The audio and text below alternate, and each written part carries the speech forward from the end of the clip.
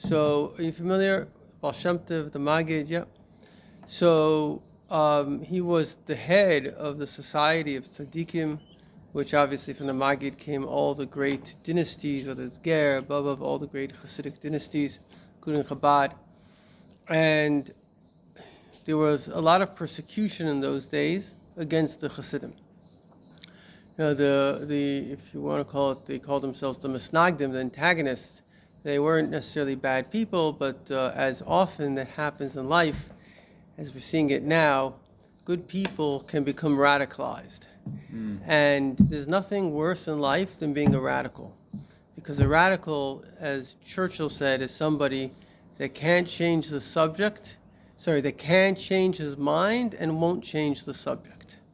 It's a very good line. Right? We're seeing this with the woke, that they've been brainwashed into certain ideas, which really, in the grand scheme of things, even if those ideas were true, they're meaningless, because what matters most is, 20% of children in America don't have food security. Do you see people speaking about that? Yeah. So that's a lot more important than your Well, they don't even have Bachlal. Everyone's homeless. Libidic desires, you know what I mean? Yeah. So when people have misguided directions in life, then it's obviously coming from a brainwashing, and they're really just trying to, be cool for their group. That's the whole thing. Yeah. I saw a video the other day that an Arab student in a university in Switzerland, so he goes over to this girl, she's got this Free Palestine booth. So he says to her, so what's the problem? She says it's an apartheid. So it's an apartheid state. He says, listen, I'm an Arab. There's a Supreme Court justice. What are you talking about? Like, if that's apartheid, like, what are you talking? And she has absolutely no idea what she's talking about, but she's just following. She said, I just hope that the people that brainwashed you, maybe you guys can wake up. I'm a citizen of that country, and I can become the prime minister if I have enough votes. What are you talking about? So the point is that people get into group thinks, and they think they're part of a group. The first question is, tell me, what is that group doing for you? And it's actually a psychological fantasy where people want to feel this kind of sense of oneness with their group, and they're afraid to step out of it because they haven't really matured in life. But that's a separate issue. What I want to focus on is the idea of Menachem Mendel Vitebsk. So Menachem Mendel came to Tzfas, and here in Tzfas, he couldn't sleep, and his holy Hasidim couldn't sleep. Why? Because the angels are very loud in Tzfas. I don't know, have you had that issue? I have not had that issue. Maybe Dovey has that issue. Dovey, you have the issue of not being able to sleep in Tzfas? Sometimes. Okay, Dovey's a holy Jew. Actually, it's funny. There was this guy, he once came to my Shabbos table. Afterwards, he's like, wow, I'm not going to be able to sleep tonight. The light is so great. I'm like, whoa, okay. So there are holy people. This other guy that had a big schus of helping him come back to Tshuva. So he told me Tzfas is like a holy place because the energy that pulsates out of the walls here is much more than other places. Yeah. So there are people that can sense these holy things. And so anyway, he couldn't sleep, so he went to Tveria. A guy's got to get a good night's sleep. It's actually buried in Tveria. He was a big tzaddik. And the Alter Rebbe would actually raise money from Russia, from Poland, and provide that money to the Jews in Israel. Because in those days, Israel had zero economy. I just saw this great line. Palestine is the only state that was occupied before it was invented. So, because the Jews came here 3,300 years ago, all the ancient tribes were gone by 2,500 years ago, and basically, Eretz Yisrael, after the Jews left in 2,000 years ago, was like a desolate place. And there was there were some Arabs, some Bedouins, but it wasn't. You look at all the history, it wasn't a country. There was no community at all, except for small pockets. And so then the Jews really came back in the 1850s from Russia. They started to make Israel again. And then they had a lot of Arabs come to work for them. And then after the Arabs, basically it's an Islamic thing where Islam doesn't, any land that belonged to Islam must go back into Islam. It's like an Islamic religious principle. So it has nothing to do with Israel. It has to do with Islam. And without going into too much of that, but that's why terrorism is all over the West, because basically Islam believes in what they call the Ummah, which is one world under God, right? And that's why even the religious Muslims are at war with the secular Muslims, because according to Islam, Islam is not a religion as the Westerners understand religion. We understand religion as just a set of faith-based principles. So you have a faith, and the faith gives you principles. That's really what Judaism is, effectively what Christianity is. Be well, be well. Boss, sorry to interrupt. Maybe you can bring. So where was I up to? What was I saying about the? And even in Eastern philosophies, it's a philosophy, so it has a belief system, it has principles, and you follow it. So it's not connected to a land. It's not a land thing. But in Islam, it's all about taking over a country, and that's why they have this thing called jihad or a shaheed, which is if you give yourself up in this war, then you go straight to heaven. And the idea is that you take over a country and you impose Sharia law, you impose Islamic law. So Islam is not a normal religion, which is a set of beliefs, and from the beliefs comes principles, and from the principles comes practices. It is, if you wanted to call it, a warring faith. It's a faith that believes that, okay, there are principles, and they do have certain good things like 2.5 zakah, 2.5% to charity, as long as it's not going to terrorists. But whatever it is, they do have certain principles, but they also have another principle. And that's what a lot of people in the West don't get. And that principle is every single country in the world must be taken over.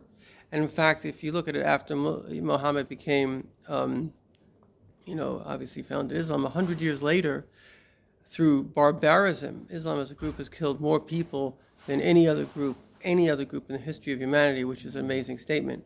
We're talking, hello, how are you? Yeah, we're talking about at least 400 million people. So because how did they take over countries, right? Nobody wants to be taken over and subjugated. So they went in and they just, slaughtered people, and that's it. And it's Islam. So make a long story short, ironically, the terrorism of today is not even in accordance with Islam. It's actually against Islam, because according to Islam, being a rabbi, understanding religious law, according to Islam, the only way you're allowed to kill is for jihad. And jihad is only about taking over the land. But what are they doing now? They're just killing. There's no other point to it. So it's an insane thing that's going on. It's just pure evil that has crept in, unfortunately, to a very large. They've reinterpreted this idea of shaheed just to murder people, and insanity of the highest level. They actually captured some of these terrorists, and afterwards they asked each one, "Does Islam permit the killing?" Because officially, if it's a war, they could kill the men, take over the country. Does it permit the killing of women and children? They all said no. So it's like what's going on now is just pure, absolute evil that even goes against Islam. But anyway, it is what. So continuing along the lines, the main point here is that this Tzaddik, Rabbi Menachem Mendel, passed away. Now, he was like the Rebbe of Eretz Yisrael, a very great Tzaddik. In fact, there's a beautiful story that somebody once blew the shofar, and the announcement came that Mashiach came. So he came out of his room, said, "No, Mashiach hasn't come." He said, "Why do you have to go out of his room?" Because he could smell the air, but there's air in his room. He says, in his room, Mashiach was already there. So the Alter Rebbe wrote a letter to console the Jewish people of Israel, and I said to them something very important. Now, I'm going to preface this with something else, and what it is goes as follows: that a great rabbi, I don't know, I think it's the story of the Gemara, he once was walking in the desert, and there was another rabbi that was, I'm not sure if he was like in the grave or something, but he heard him talking Torah. So he said, "But I thought you're dead." So the rabbi said, "No, our souls come into the world for a certain period of time to reveal Torah, to do something, but we never really die. A tzaddik is not a normal human being. He exists on another plane. what is a soul? You have a second? You're interested? Yeah. What is a soul? A soul, effectively, everything begins in God, right? So then God created a time-space bubble. The world actually is a time-space bubble.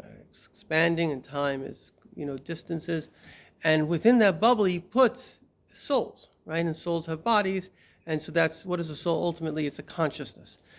So these consciousness housed in certain bodies are able to interact, think, feel, etc. And there are many, many, many, many universes. One physical, but the higher ones are spiritual. But it's the same structure. Even if you're playing a video game, it's a time, space, soul dimension. However you put it, there's time and space, and there's souls, there are people interacting. So God, effectively, everything really comes from Hashem. So our soul has to begin there, but as it comes into the body, depending on the universe, it has a perception. So if I'm in the highest universe of Atzilus, what is my perception? My perception is that there is only God. I realize like everything is translucent. I realize that this physical right over here, like I'm looking at, I don't know, my physical hand, I see a hand. But over there, it's almost like it's translucent. You realize it's all God.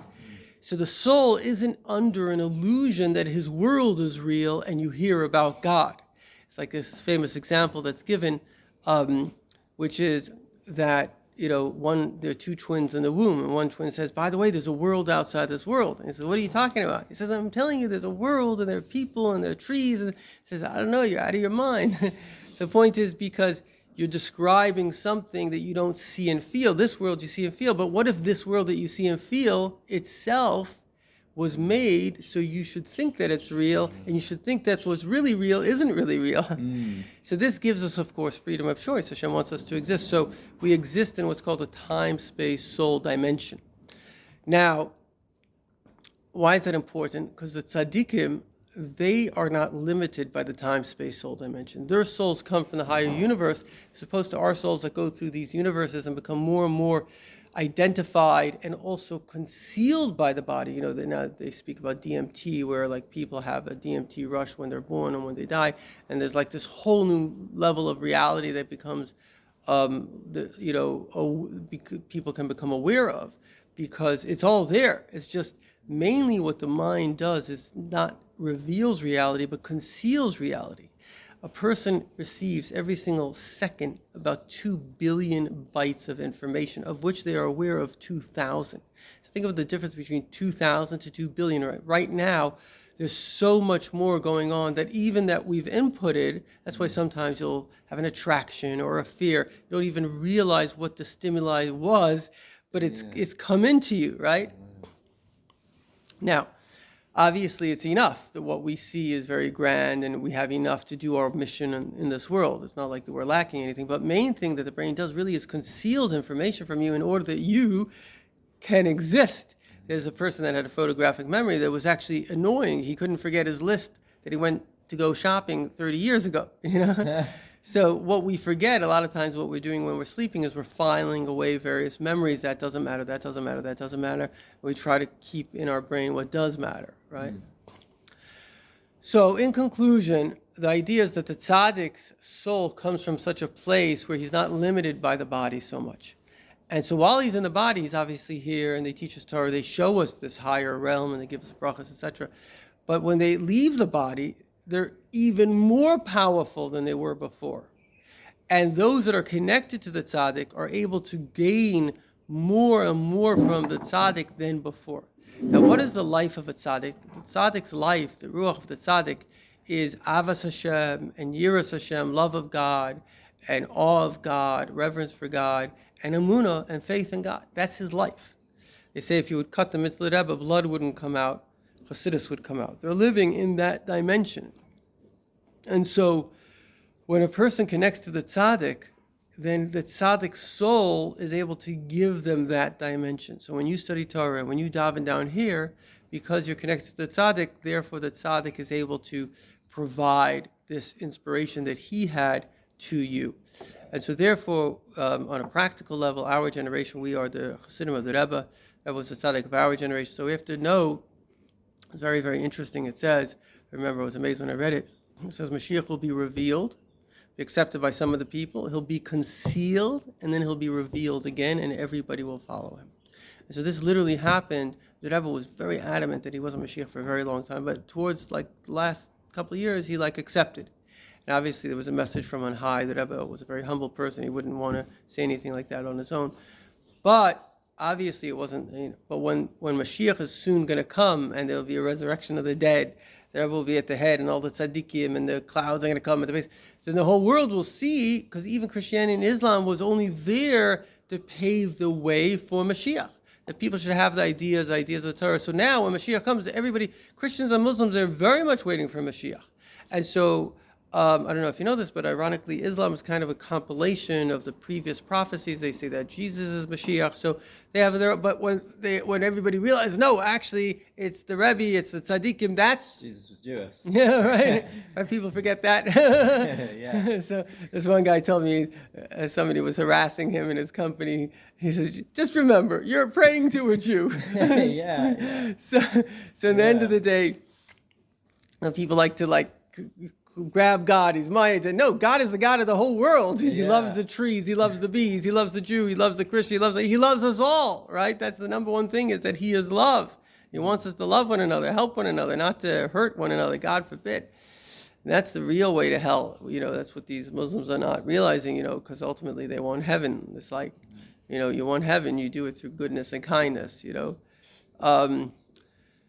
So in conclusion, the idea is that the revelation of the tzaddikim will soon be with Mashiach. It says there will be a big festival, a festival of Farbrengen, and there will be a Suda. Avraham Avinu will be there, Yitzchak, Yaakov. There's a question who will take the Koishel Bracha. David HaMelech says, I will take it because it says Lino Levarach. For me, it's appropriate to make the blessing. Because like it says, Koisishu Isaso V'Shem Hashem Ekro, the cup of salvation I will raise, and in the name of Hashem I will call. And so this is going to happen, and the whole world is going to see, and then we'll actually have some kind of an inkling. In fact, it says that when Mashiach comes, the Malachim, the angels, will say to the Tzaddikim, Kadosh, Kadosh, Kadosh Hashem Tzvais, holy, holy. In other words, they're calling the Tzaddik by the name of Hashem, because ultimately the Tzaddik is really just his soul is just this pure light, this window of the Shekhinah, of the godliness, just communicating to us what is emes, what is true. And therefore, we have to, especially in this very difficult time, we have to remain consistent with what the truth is. The truth is Hashem, and the truth is Mashiach, and the truth is that the evil has just exposed itself so God can annihilate it, just like we left Egypt. The Egyptians exposed their own evil so they could be wiped out. L'chaim v'levracha. Amen.